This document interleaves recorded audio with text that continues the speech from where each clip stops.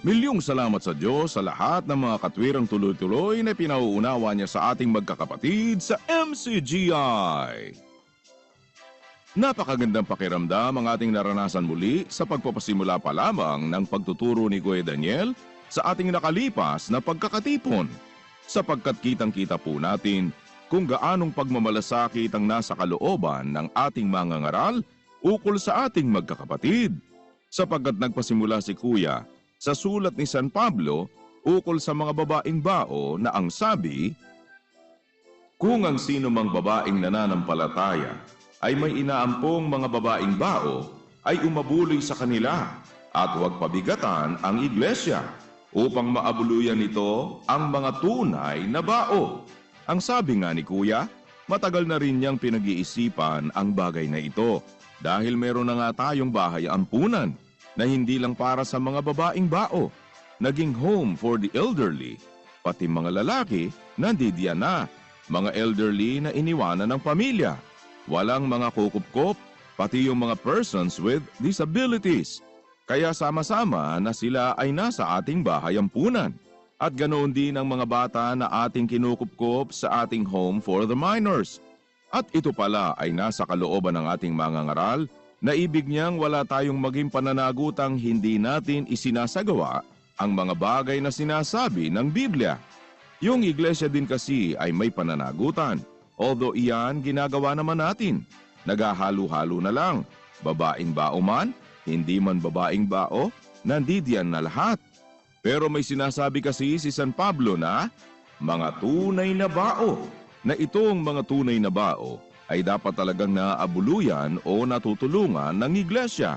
Kaya ang ibig ni Kuya Daniel ay maglagay tayo ng kategorya na talagang tunay na bao, na sa bawat lokal, tayo po ngayon ay magsasagawa ng mga survey at ng ating mga pagkolekta ng mga magkukwalify doon sa mga tunay na bao, without prejudice sa mga ginagawa na nating paglingap, kahit na doon sa mga talagang nasa home for the elderly, mga lalaki, mga babae, mga bata at matatanda.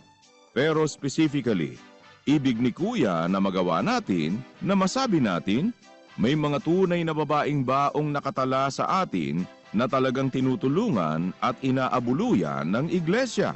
Bagaman iyan nga ay ginagawa na natin, pero wala kasing distinction ang tunay na babaeng bao dahil nga pinagsasama-sama na natin. Hindi based on the qualification na sinasabi ng Biblia na tunay na bao na tinutulungan na natin talaga. Kaya lang, sabi ni Kuya, magbibigay tayo ng ekstrang tulong doon sa mga tunay na bao, based doon sa sinasabi ng Biblia. At ang mga requirement naman, ang sabi ni Pablo kay Timoteo, huwag itala na gaya ng babaeng bao samantalang walang 60 taon. Dapat ay nandito sa qualification na ito. Hindi mo itatala kung walang 60 taon. Kung may 60 taon na, itatala natin. Ano-ano pa ang requirement ng Biblia? Na naging asawa ng isang lalaki. Tapos, na may mabuting patotoo tungkol sa mabubuting gawa. Kung siya'y nag-alaga sa mga anak. Kung siya'y nagpatuloy sa mga taga-ibang bayan. Kung siya'y naghugas ng mga paa ng mga banal. Kung siya'y umabuloy sa mga napipighati. Kung ginanap niya na may kasipagan ang bawat mabuting gawa. Based sa requirement na ito, magse-separate tayo without prejudice sa mga tinutulungan na natin at kinukup-kup na natin. Ito ay bibigyan natin ng iba yung pansin para higit nating masabi na talagang nagtala tayo ng mga tunay na babaeng bao. At ito ay masasabi nating mayroong ekstrang effort tayong gagawin para sila ay matulungan. Ngunit sabi nga ni Kuya, hindi ibig sabihin ay iniaatras natin yung ngayon ay tinutulungan na natin, mga inaampon, mga dinadamayan o ating ngayon ay inaabuluyan ng iglesia. Walang prejudice doon. Mananatili iyon sa tulong at awa ng Panginoon.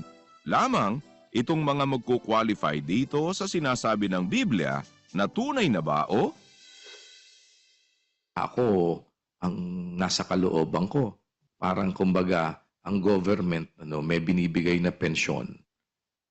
Ako, ang nasa isip ko, pensyonan itong mga ito, kapatid na Josel, na kumbaga meron silang pensyon sa iglesia. Pag-qualified sila doon sa kategorya na yan na tunay na bao. Kasi kailangan maabuluyan sila no, ng iglesia.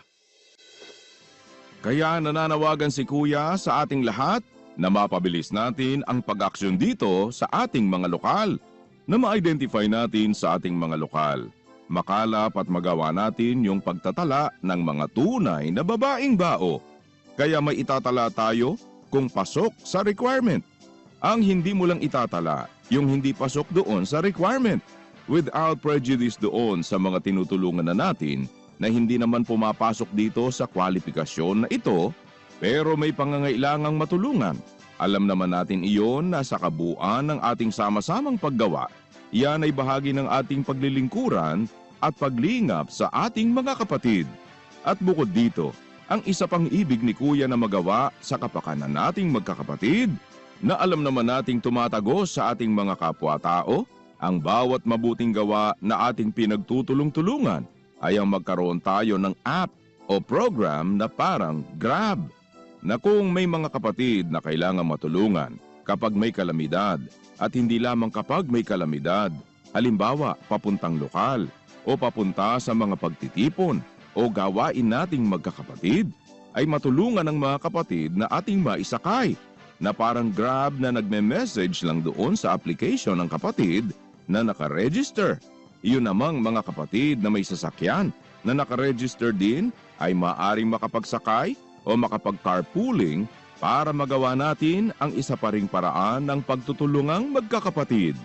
At ang sabi nga ni Kuya, ito ay maaring gawin natin hindi lamang sa Pilipinas, kundi maging sa iba't ibang bahagi ng daigdig. At hindi kapag may kalamidad lamang, kundi maging regular nating pagtutulong-tulong na magkakapatid. At natutunan natin na sa ating mga paggawa, gagawa tayo sa pangalan ng Panginoong Hesukristo, sapagkat meron tayong karapatan na gumamit ng pangalan ng Panginoong Hesukristo, sapagkat hindi lahat ay may authority na gumamit ng pangalan ng Panginoong Hesukristo, sapagkat ang sabi niya, mayroong magsisiparito sa aking pangalan, na ang gagawin, ililigaw ang marami. Kasi kung talagang pumaparito ka sa pangalan ni Kristo, dapat ang gawin mo kung ano yung gawain ng ating Panginoong Hesukristo. Kaya nga ang sabi niya, sapagkat bumaba akong mula sa langit, hindi upang gawin ko ang aking sariling kalooban, kundi ang kalooban ng nagsugo sa akin. Yung tunay na Kristo, ang kanyang gawain, gawin ang kalooban ng nagsugo sa kanya. Kung ikaw naman ngayon, paririto ka sa pangalan naman ni Kristo, on His behalf, dapat ang gagawin mo ay kung ano ang gawain niya. At yung gawain niya, yung ipinagagawa ng nagsugo sa kanya, gaya ng nasusulat. Sinabi sa kanila ni Jesus, ang pagkain ko ay ang aking gawin ang kalooban ng sa akin ay nagsugo at tapusin ang kanyang gawa. Kung paririto ka ngayon sa pangalan ni Kristo, gagawin mo ang kalooban ng nagsugo kay Kristo na siyang ginagawa naman ni Kristo. At dapat natapusin yung gawa na iyon, yung gawa ng Diyos, na kung saan hindi ka naman malilihis dahil tayo'y kamanggagawa ng Diyos. Yun talaga yung gagawin mo kung ikaw ay naparirito sa pangalan ni Kristo. At bahagi ng dapat nating magawa kung tayo ay gumagawa sa pangalan ng ating Panginoong Hesukristo, yung tanggapin ang mga bata, sapagkat malawak ang pagliligtas ng Diyos. Ang sabi po sa 10:40 ng Mateo, ang tumatanggap sa inyo ay ako ang tinatanggap, at ang tumatanggap sa akin ay tinatanggap ang nagsugo sa akin. Pagdating po sa 41, may elaboration. Ang tumatanggap sa isang propeta, dahil sa pangalan ng propeta, ay tatanggap ng ganti ng isang propeta. At ang tumatanggap sa isang taong matuwid, dahil sa pangalan ng isang taong matuwid, ay tatanggap ng ganti ng isang taong matuwid. At sino mang magpainom sa isa sa maliliit na ito ng kahit isang sarong tubig na malamig dahil sa pangalang alagad. Ipinapansin po ito ni Kuya na hindi po sinabi na dahil sa pangalan ng alagad, kundi dahil sa pangalang alagad. Iba yung dahil sa pangalan ng alagad kaysa dahil sa pangalang alagad. Kaya nga, may pagkakaiba yung dahil sa pangalan ng propeta at doon sa dahil sa pangalang propeta, na kung titingnan sa English, parang hindi mo masyadong makikita yung distinction. In the name of a prophet. Doon naman sa 42, in the name of a disciple. Parang pareho lang tutunog. Kaya sabi ni Kuya, diyan mo naman ngayon makikita yung kayamanan ng wikang Pilipino. Sa English kasi, yung palay at bigas at kanin, magkakapareho lang halos. Rice. Subalit sa wikang Pilipino, mula sa palay, naging bigas, naging kanin, naging bahaw, pwedeng maging sinangag, hanggang sa mapanis na at naging kaning baboy. Magkakaiba ang tawag sa Pilipino. Ang dapat lang po nating makita, itong sinasabi sa GIS 42, sa pangalang alagad, hindi sa pangalan ng alagad. Ang halimbawa nga pong ibinigay ni Kuya, sa pangalan ng KNP. Kung ano ang pangalan ng KNP. Pero pag sinabi mong sa pangalang KNP, ibig sabihin yung mismong pagiging KNP mo. Hindi yung pagiging Brad Rodel ni kapatid na Rodel na KNP. Ano ang ibig sabihin nung sa pangalang alagad? Kaya mo pinainom dahil alam mong alagad siya. Ibig sabihin, kinikilala mo ang pagiging alagad niya. At kung kinikilala mo ang pagiging alagad niya, hindi siya lang ang kinikilala mo, kundi kinikilala mo yung karapatan na nasa kanya. At kung kinikilala mo ang karapatan na nasa kanya, ibig sabihin, kinikilala mo yung nagbigay ng karapatan sa kanya. At ipinakita ni Kuya ang detalye ng mga bagay na ito sa pagpapasimula niya sa Marcos 9:41. Sapagkat ang sino mang magpainom sa inyo ng isang sarong tubig dahil sa kayo'y kay Kristo, ayun po pala ang detalye nun. Hindi mawawala sa anumang paraan ang ganti sa kanya. Kanino po? Doon sa nagpainom. Na kaya ka pinainom? Dahil kay Kristo ka. Hindi dahil ikaw si kapatid na Rodel. Kaya ang nagpainom dito ay aware na yung pinapainom niya ay kay Kristo. Kaya mayroong nagpapainom na hindi nawawala ang ganti sa kanya. Aware kasi siya na yung pinapainom niya ay kay Kristo. Hindi mawawala ang ganti sa kanya sa anumang paraan. Kaya this will spell the difference doon sa hindi niya naman alam. Kaya mabigat kapag halimbawa, alam mo ng kay Kristo, alam mo ng alagad ni Kristo, hindi mo tinanggap. Kaya doon sa GIS ng Mateo, ang tumatanggap sa inyo, ako ang tinatanggap. At ang tumatanggap sa akin ay tinatanggap ang nagsugo sa akin. Kaya ang magpainom sa inyo dahil sa akin, dahil kay Kristo, pinainom kayo dahil sa pangalang alagad. Hindi mawawala ang ganti sa Kanya. What does it mean? Ang hindi tumatanggap sa alagad, si Kristo ang hindi tinatanggap at ang nagsugo sa Kanya. Ibig sabihin, conscious ka. Alam mo, aware ka na yung pinapainom mo ay kay Kristo. At alam mo na kapag pinainom mo yung isang alagad, dahil kay Kristo, dahil sa pangalang alagad, hindi mawawala ang ganti sa Kanya. Ang kapatid, kahit di mo kilala, alam mong kapatid ni Kristo.